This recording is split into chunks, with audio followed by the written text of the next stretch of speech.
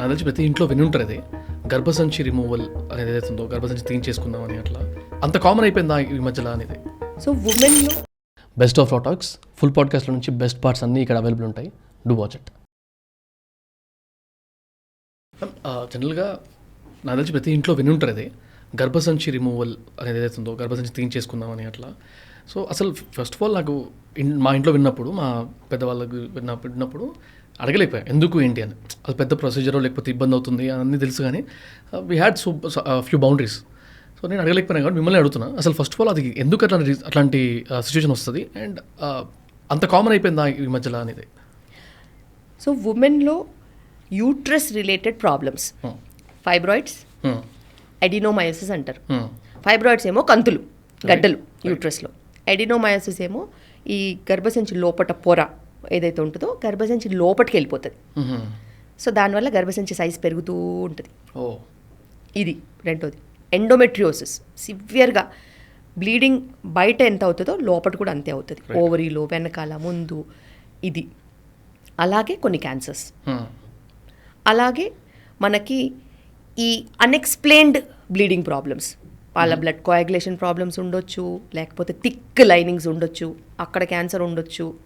ఇలా ఏదైతేనేమి ఉమెన్కి ఎర్లీగా ప్రాబ్లమ్స్ ఐడెంటిఫై చేసి మేనేజ్ చేస్తే వాళ్ళకి మెడిసిన్ ద్వారా, లేకపోతే మిరీనా అని ఒక లూప్ ఉంటుంది, ఆ లూపు కంతులు పెరగకుండా, ఎడినోమయోసిస్ ఎక్కువ అవ్వకుండా ఇలా రకరకాలుగా పనిచేస్తుంది.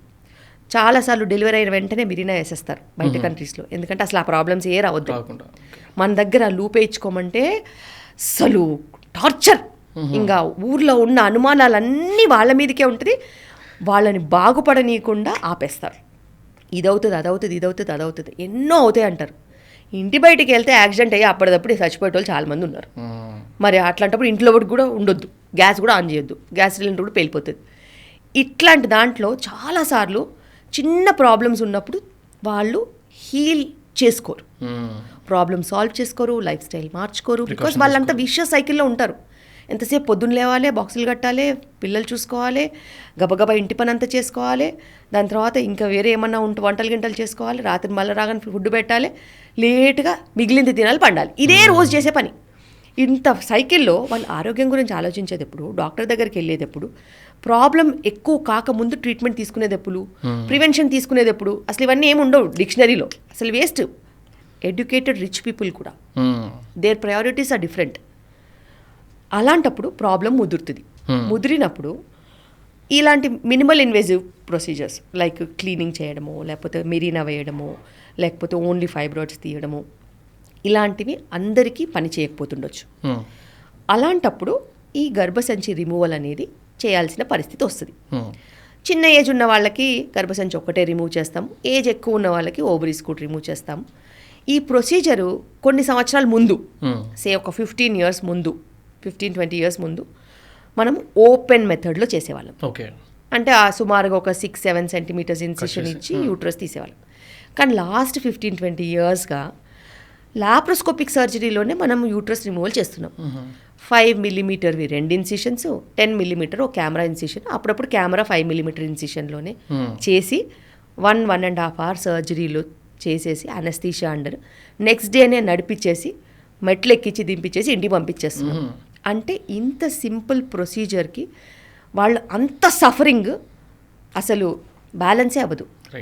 సో ఈదర్ సఫరింగ్ని ఆపాలి, ప్రాబ్లం ముదరకుండా చూసుకోవాలి ఫస్ట్ బాధ్యత. ప్రాబ్లం ముదురుతుంది అన్నప్పుడు ఇంకా దాన్ని ముదరనివ్వకుండా సర్జరీకి వెళ్తే ప్రాబ్లం సాల్వ్ అవుతుంది. సో ఇప్పుడున్న పరిస్థితిలో నేను రెగ్యులర్గా లాప్రోస్కోపిక్ సర్జరీస్, రోబోటిక్ సర్జరీస్ చేస్తాను.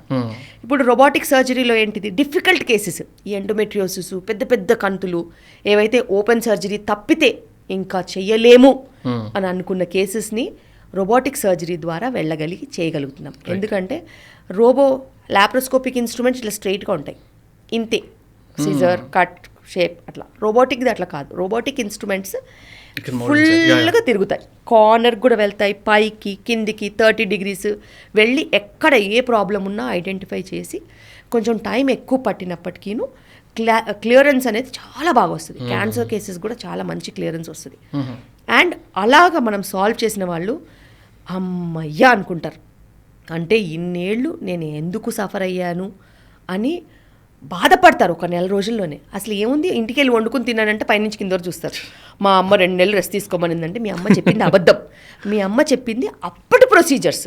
అప్పటి ప్రొసీజర్లో 2 months bed rest because big incision. Right. కానీ ఇప్పుడు ప్రొసీజర్ మీ మమ్మీకి కూడా తెలియదు కదా. మీ అమ్మకి తెలియనప్పుడు మీ అమ్మదో మీ అక్కదో ఇంకెవరిదో నువ్వు ఎట్లా క్యారీ ఫార్వర్డ్ చేస్తావు? రైట్. వాళ్ళ ఎక్స్పీరియన్స్ నువ్వు క్యారీ ఫార్వర్డ్ చేయొద్దు. ఎందుకంటే that is a different persons experience, different age group, different era. This is the era of laparoscopic and robotic surgeries. Right.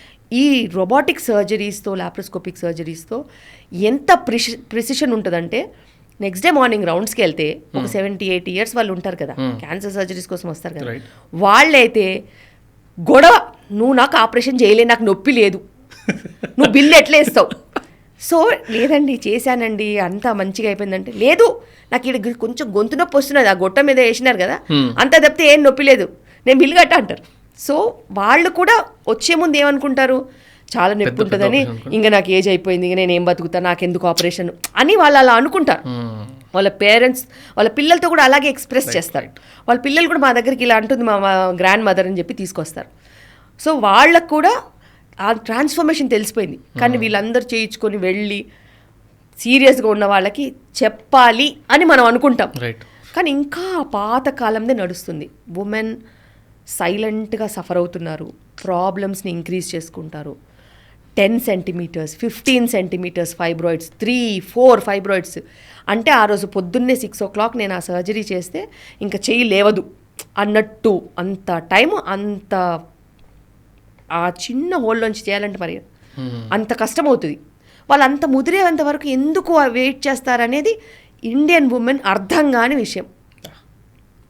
Medical infrastructure ఎక్కడికి వెళ్ళిపోయినా కూడా సెల్ఫ్ కేర్ తీసుకోవాలనే attitude, అది దాన్ని ఇన్ఫ్యూజ్ చేయాలి సొసైటీలో.